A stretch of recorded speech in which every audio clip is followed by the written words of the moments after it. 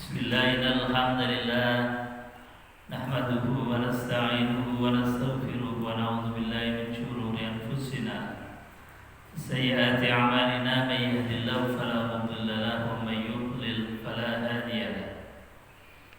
Asyhadu an la ilaha illallah wa asyhadu anna Muhammadan 'abduhu wa rasuluh. Allahumma fashalli wa sallim ala sayyidina Muhammad wa ala alihi wa sahbihi ajma'in. Rabbi shrah li sadri wa yassir li amri wa hlul 'uqdatam min lisani yafqahu qawli amma ba'd. Qala Allah ta'ala fi kitabil karim wa huwa asdaqul qailin. A'udzu billahi samil 'alim minasy syaithanir rajim. Bismillahirrahmanirrahim. Ya ayyuhalladzina amanu taqullaha haqqa tuqatih wa la tamutunna illa wa antum muslimun. Sadaqallahul azim wa sadaqa rasuluhul karim wa nahnu ala dzalika minasyahidin walhamdulillahi rabbil alamin. Hadirin Bapak Ibu jamaah salat subuh dan kajian ba'da subuh Masjid Al-Ikhlas yang dimuliakan Allah Subhanahu wa taala. Alhamdulillah wa syukrulillah la ni'matillah. Kembali kita dipilih oleh Allah Subhanahu wa taala menjadi tamunya untuk bisa ruku dan sujud bersimpuh di hadapan Allah Subhanahu wa taala. Ini merupakan karunia nikmat yang luar biasa. Karena dalam faktanya ternyata pagi yang cerah ini tidak semua orang itu diberikan kesempatan bisa ruku dan sujud. Meskipun masih hidup, meskipun sehat, meskipun aslinya sempat, tapi tidak semua orang bisa menikmati hidangan Allah bisa ruku dan sujud. Maka ketika kita ini hadir di masjid sholat jamaah, ini luar biasa. Bahkan kata Rasulullah SAW, andai kata dikonversi dengan dunia, tetap khairum minad dunya wa ma fiha, tetap lebih utama dibandingkan dengan dikonversi, diijoli, diganti dengan dikasih dunia seisinya. Masih lebih baik diberikan kesempatan untuk bisa ruku dan sujud. Kenapa? Karena materi sebanyak apapun, meskipun sebanyak dunia dan seisinya, itu tidak ada nilai apa-apanya nanti di akhirat dibandingkan dengan sekali kita menempelkan kening kita di tempat yang paling rendah di hadapan Allah Subhanahu wa taala. Itu nilainya luar biasa. Sekali kita ruku dan sujud, ketika nanti di akhirat ditimbang oleh Allah, itu timbangannya lebih berat, lebih utama dibanding dengan dunia dan seisinya tadi. Maka sekali lagi tidak ada kalimat yang lebih pantas, lebih indah kita ucapkan kecuali biqaulina alhamdulillahirabbil alamin. Kedua kalinya shalawat dan salam kita haturkan karibaan baginda Nabi besar Muhammad sallallahu alaihi wasallam, uswah teladan paripurna, yang mudah-mudahan dengan kita selalu mengkaji Al-Quran, itu artinya kita selalu bersilaturahim dengan Rasulullah. Selalu kita membaca Al-Quran itu sama saja kita sedang face to face dengan Rasulullah. Kenapa? Karena Al-Quran itu khuluquhul Quran. Kanjeng Nabi itu akhlaknya adalah Al-Quran.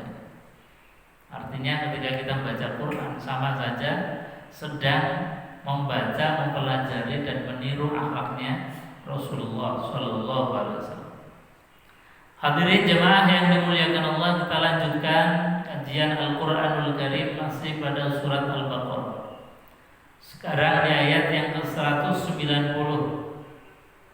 Di ayat ini adalah teori sosialnya kita yang Allah berikan tentang barometer dan ukuran kita sebagai manusia, ukuran kita di dalam menjaga harga diri kita, sampai-sampai Allah memberikan SK, memberikan perintah kalau kita ini dalam keadaan diperangi, dizalimi, maka boleh kita kemudian balik untuk memerangi.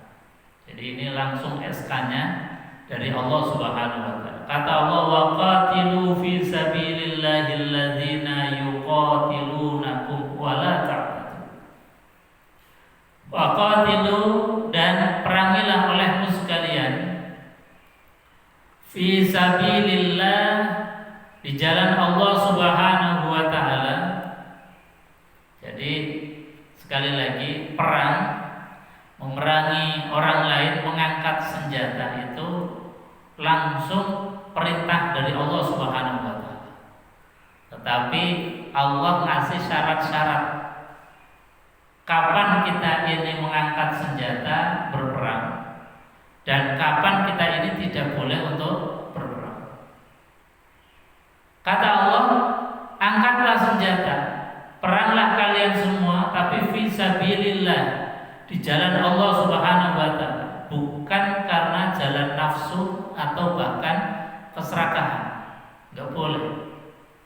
Jadi ukuran daripada kita boleh berperang mengangkat senjata adalah satu fisabilillah, fi ridhoillah, dalam rangka mencari ridho Allah, dalam rangka di jalannya Allah. Artinya enggak boleh semena-mena. Asal kita kuat kemudian menindas yang lemah, atau asal kita kuat kemudian siapapun kita perangi, enggak boleh.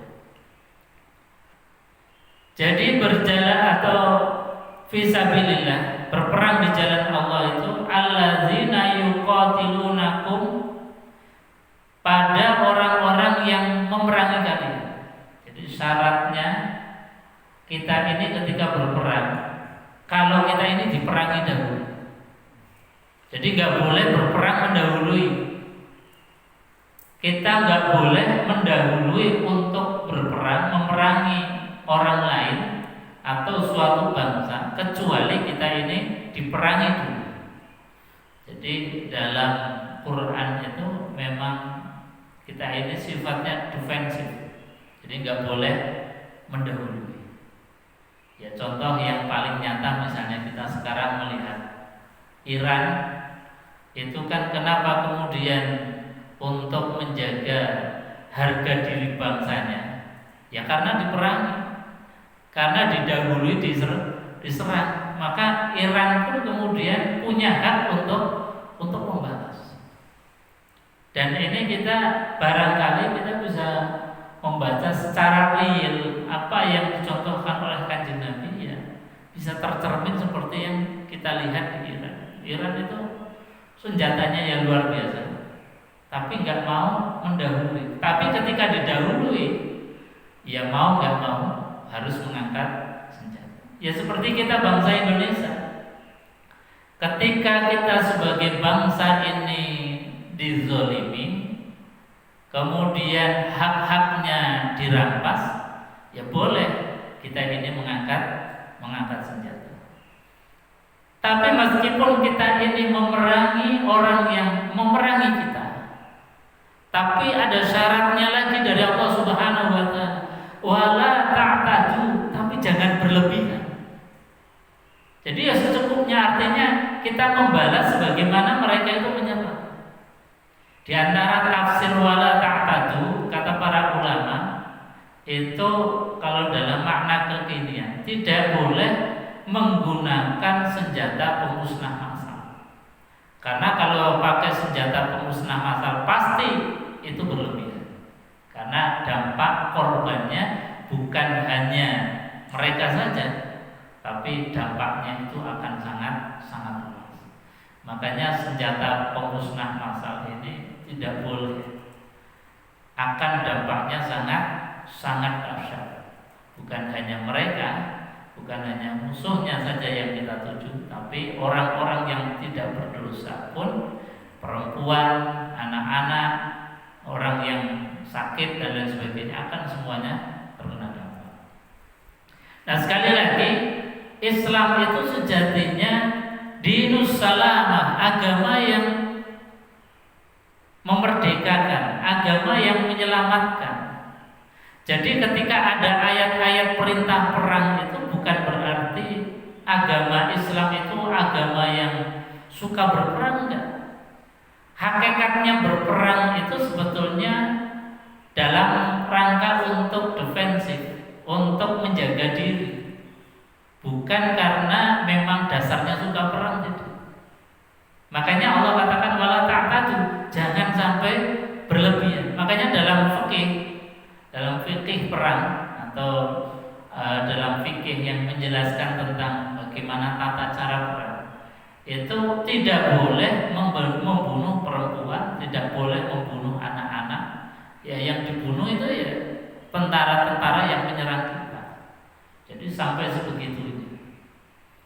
Kanjeng Nabi Muhammad SAW mengajarkan ketika perang itu sama sekali tidak boleh untuk membunuh anak-anak, tidak boleh membunuh perempuan-perempuan, kecuali perempuan yang menjadi tentara yang memusuhi kita.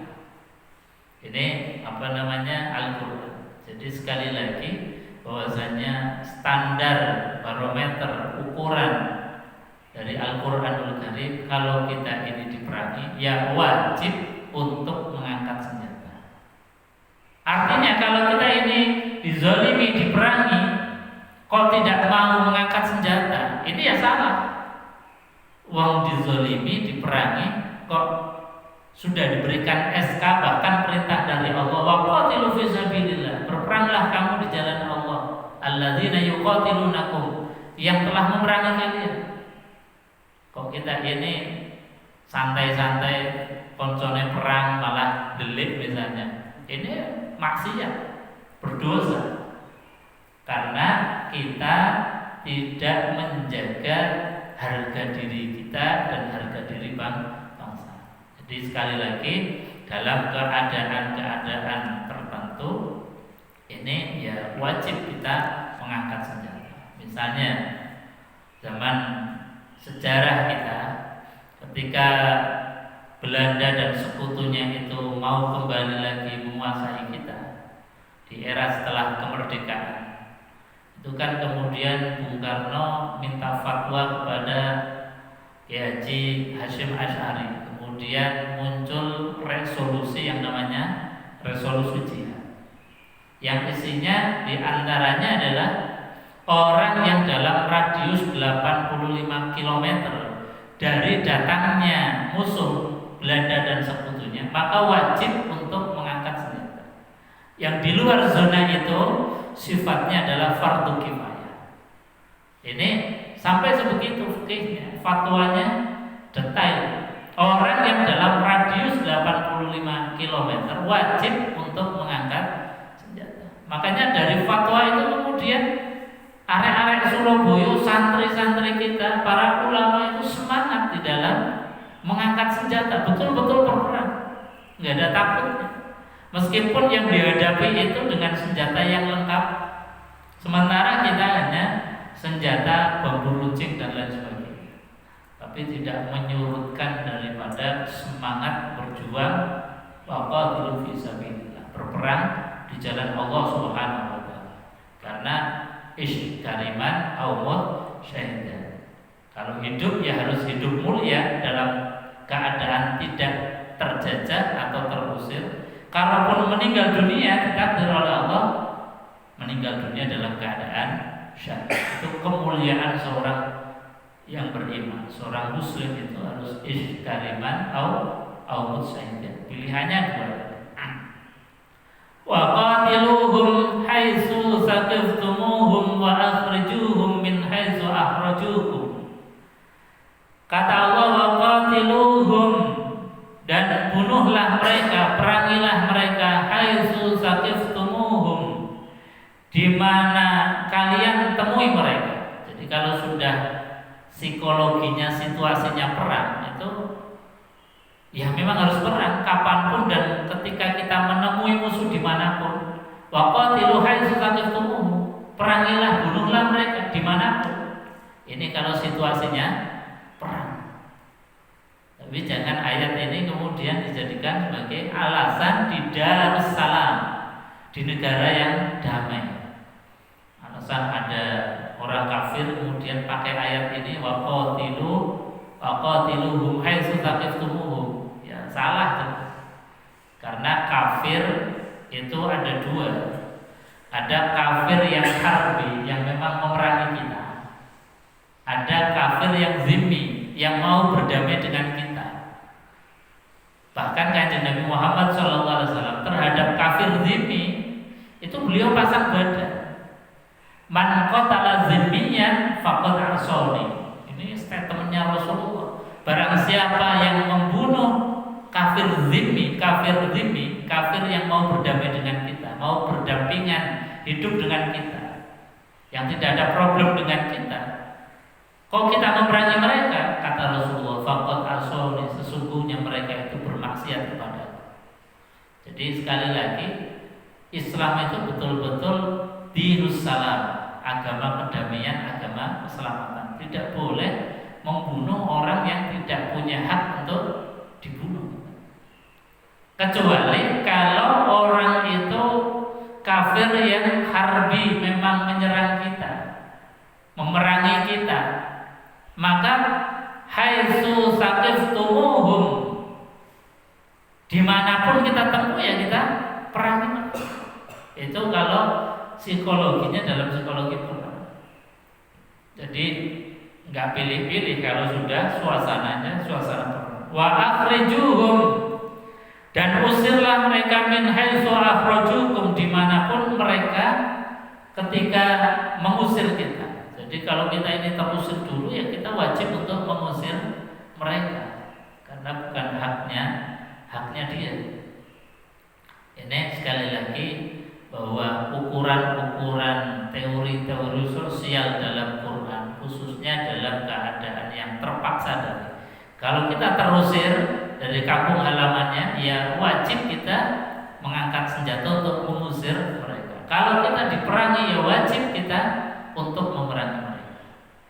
Jadi sekali lagi bahwa Quran ini sangat presisi, tidak boleh kemudian karena kita ini kuat mentang-mentang misalnya kita ini banyak kemudian sewenang-wenang terhadap yang minoritas. Ini tidak dibenarkan oleh Al-Qur'anul Karim. Wal fitnatu asyaddu minal qatl. Dan kata Allah, fitnah itu lebih berat, lebih kejam dibandingkan dengan pembunuhan. Dan zaman sekarang ini zaman era-era fitnah. Kita mungkin di negeri kita ini nggak ada perang secara fisik, tapi fitnah itu kalau kita buka media sosial luar biasa. Artinya secara fisik barangkali kita aman secara perang yang manual, perang yang adu fisik, adu kekuatan daripada logistik perang kita. Tapi yang terjadi di zaman kita ini perang narasi, bahkan fitnah-fitnah yang baik dinarasikan jelek, yang jelek dinarasikan buruk. Ini zaman kita fitnah itu luar biasa, sehingga kita ini wajib untuk menarasikan yang faktual, yang benar-benar faktanya. Jangan sampai kita malah menyebarkan sesuatu fitnah. Yang fitnah itu dampaknya asyaddu minal qatl, lebih berat dibandingkan dengan peperangan.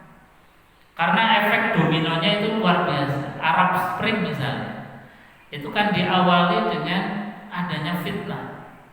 Akhirnya kemudian bagikan spiral, bagikan bola salju yang menggelinding terus-menerus jadi besar. Akhirnya menjadikan Arab itu kemudian jadi porak-poranda, saling bunuh, saling perang. Makanya kita jaga betul-betul bahwa di dunia kita yang media sosial itu luar biasa, kita punya tanggung jawab untuk menjernihkan, meluruskan yang faktual. Dan ini adalah sesuatu hal yang sangat penting mensejarahkan sesuatu yang faktual itu wajib.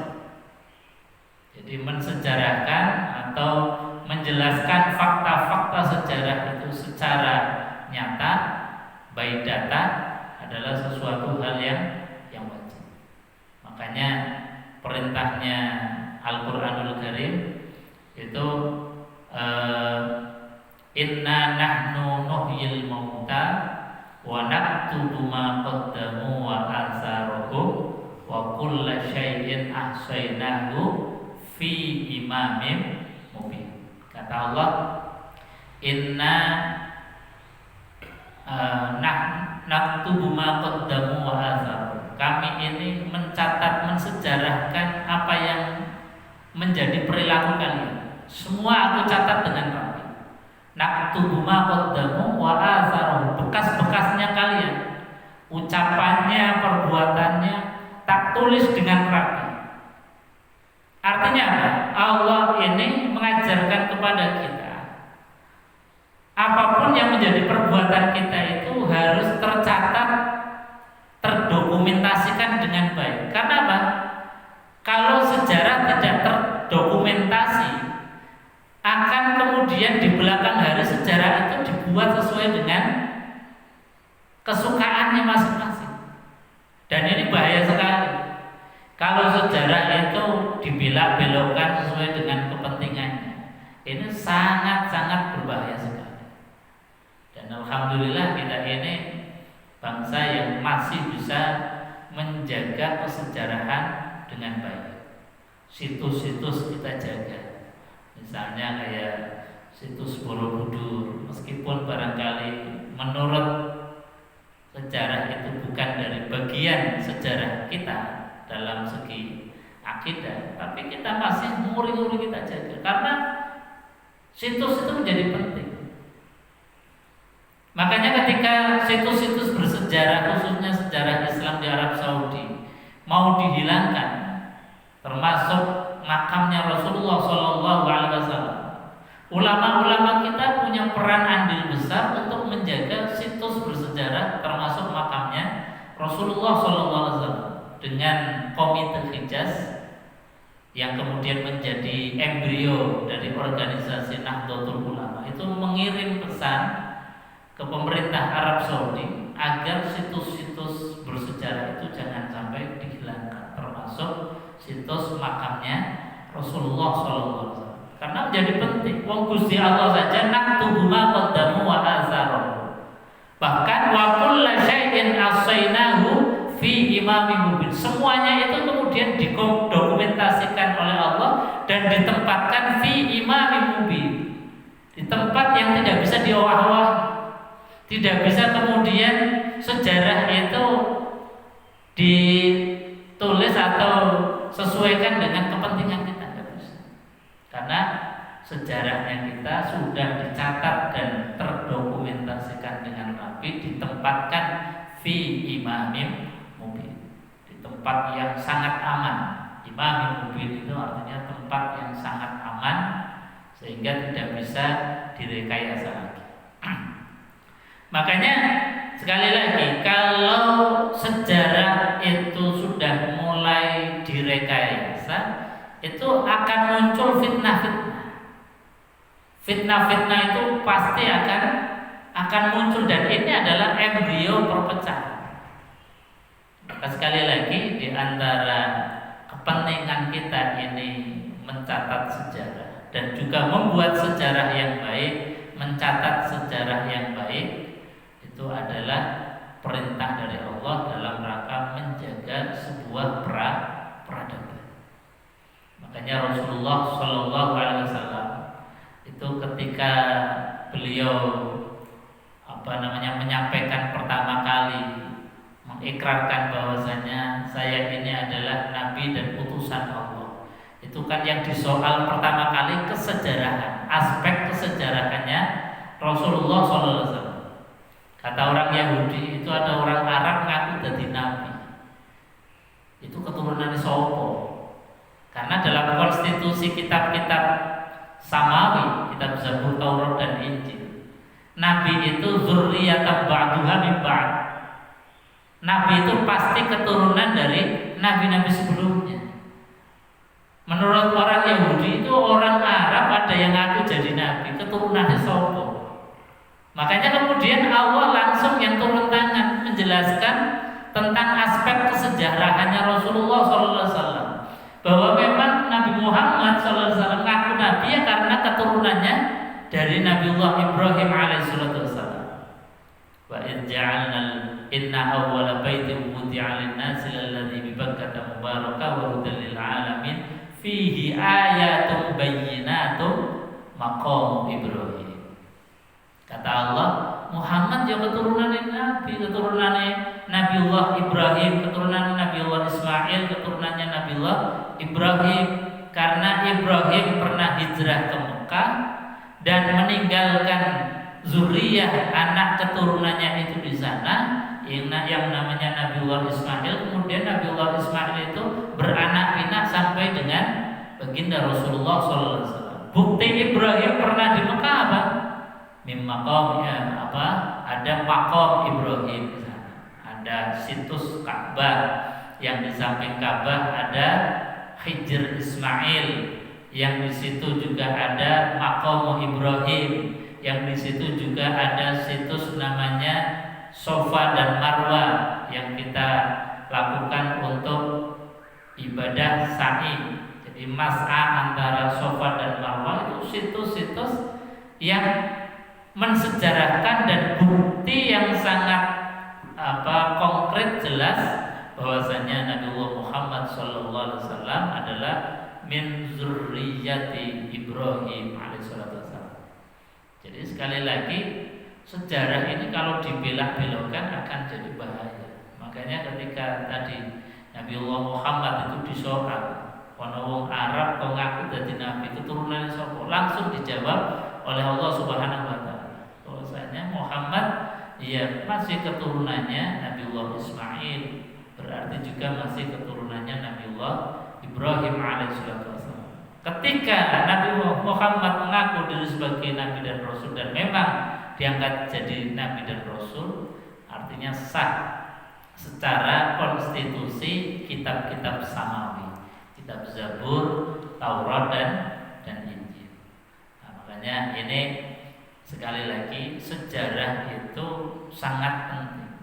Bahkan sejarah kalau kita ini nggak telaten, nanti khawatirnya di belakang hari setelah kita ini nggak ada sejarahnya, kemudian dibelak-belokkan sesuai dengan kepentingan orang-orang setelah kita. Ini kan repot. Makanya arsip-arsip itu menjadi penting. Nah, dokumentasi kesejarahan menjadi penting. Bahkan ketika dokumentasi kesejarahan zaman Belanda itu misalnya itu dibawa ke Belanda pun kita itu masih mengkorek, mengkaji kembali, karena sekali lagi itu menjadi fondasi dalam kita berbangsa dan bernegara. Dan banyak sekali dokumen-dokumen yang dibawa ke negeri Belanda, yang di antara kita itu mempelajari dokumen-dokumen penting itu untuk menjadi fondasi di dalam kebernegaraan. Karena kalau itu tidak bisa kita jaga, yang terjadi tadi fitnah itu merajalela. Jadi sejarah dibuat sesuai dengan keinginan. Wala tuqatiluhum 'indal masjidil haram hatta yuqatilukum fihi. Wala tuqatiluhum, dan janganlah perangi mereka 'indal masjidil haram, di masjidil haram, hatta yuqatilukum, sampai dia memerangi kalian. Jadi kalau mereka itu memerangi kalian meskipun berada di Masjidil Haram pun tetap kita diberikan SK oleh Allah, hak oleh Allah untuk menjaga diri, yaitu memerangi mereka. Fa in qataluukum faqtuluhum. Fa in qataluukum, maka kalau mereka itu memerangi kalian, ya faqtuluhum, ya perangilah, boleh meskipun saat itu berada di Masjidil Haram. Kadzalika jazaa'ul kafirin. Yang demikian itu kata Allah adalah balasan bagi orang-orang yang kafir.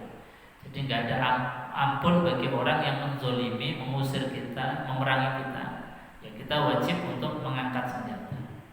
Maka syaratnya daripada kita ini bisa mengangkat senjata, mengusir orang yang mengusir kita, menjaga harga diri kita, ya mau nggak mau kita harus kuat secara militernya. Jadi kalau kita ini nggak kuat secara militernya, ya bagaimana mungkin kita bisa mengusir orang yang mengusir kita? Bagaimana mungkin kita ini bisa menjaga marwah, harga diri dan harga diri bangsa? Makanya kata Allah, fa in intahu fa innallaha ghafurur rahim. Kata Allah Subhanahu wa taala, tetapi jika mereka berhenti, ya sudah berhenti, Allah mengampuni. Jadi kalau berhenti, ya jangan kemudian kita lanjut terus berperang. Ya, seperti Iran ketika diajak gencatan senjata, ya praise.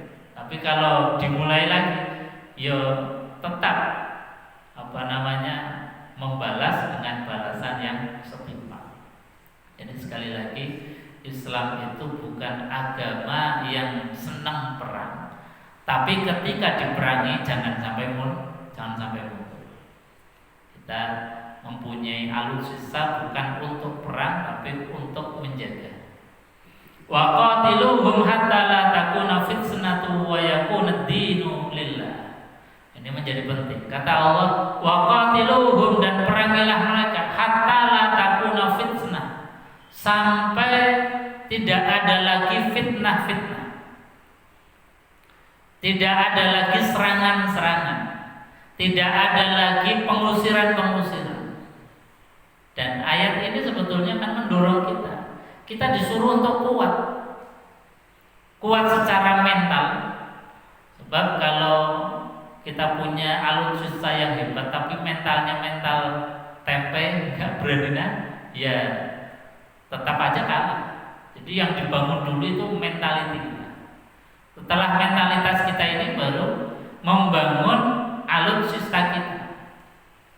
Dan kita sekarang ini menyaksikan saudara-saudara kita yang di Iran diembargo puluhan tahun, tidak boleh membuat senjata, tidak boleh ekspor impor senjata, tetapi mereka itu punya kemampuan di dalam membuat alutsistanya yang luar biasa. Bahkan kita saksikan sendiri bahwa Iran yang diperangi oleh Amerika dan Israel masih bisa bertahan. Dan bahkan kalau dalam berita-berita itu mungkin Iran itu di lapangan lebih unggul dibandingkan dengan Amerika, meskipun dengan taktik yang luar biasa.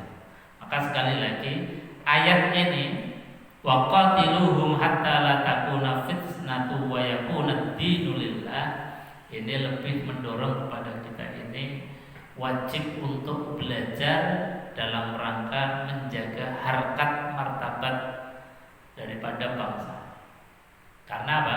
Kita ini sudah diberikan oleh Allah sebuah bangsa yang merdeka, maka kewajibannya kita ini adalah menjaganya. Kata Allah Subhanahu wa taala, inna fatahna laka fatham mubina liyaghfira lakallahu ma taqaddama min dzambika wa ma ta'akhkhar wa yutimma ni'matahu 'alaik wa yahdiyaka ila siratal mustaqim. Kata Allah, inna fatahna laka fatham mubina.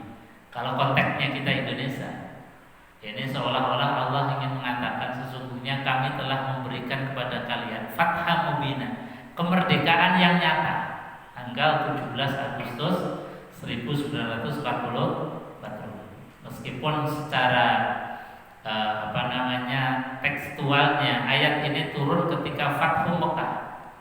Ketika Makkah yang dulunya dalam genggaman cengkraman kekuasaan orang-orang kafir Arab, tapi sejak itu kemudian dimerdekakan oleh Allah, Mekah dalam kekuasaan Rasulullah. Allah berikan kemerdekaan atas Fathu Mekah, atau dalam konteks kita ke-Indonesiaan, Allah berikan kemerdekaan kepada kita tanggal 17 Agustus 1945. 45. Untuk apa? Liyaghfirallahu laka ma taqaddama min dzambika wa ma ta'akhkhar. Satu tujuan kita dikasih kemerdekaan. Ternyata kemerdekaan di antara fungsinya, tujuannya adalah liyaghfir laka, agar Allah mengampuni engkau. Kenapa? Merdeka kebagian dari pengampunan dosa. Karena orang terjajah itu satu pasti bodoh. Orang bodoh itu gampang dijajah. Makanya bodoh itu adalah kejahatan, kebodohan itu adalah dosa. Gak boleh kita ini bodoh, karena dengan bodoh gampang dijajah. Dan itu dosa. Makanya ketika diberikan kemerdekaan, artinya kita ini sudah keluar dari zona kebodohan, yang bisa mikir, yang bisa kemudian melawan penjajah. Yang kedua, orang bodoh itu, orang terjajah itu biasanya malas, pengennya seneng-seneng, ongkang-ongkang, nggak mau berjuang. Makanya ketika dikasih kemerdekaan, liyaghfirallahu ma taqaddama min dzambika wa ma ta'akhkhar.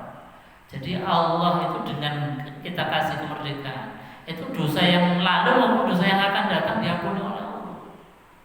Karena kita ini mampu berpikir, oh ternyata kita ini terjajah, hak-hak kita dirampas. Maka bagaimana caranya agar hak-hak kita ini tidak diambil oleh orang lain, tidak terzalimi?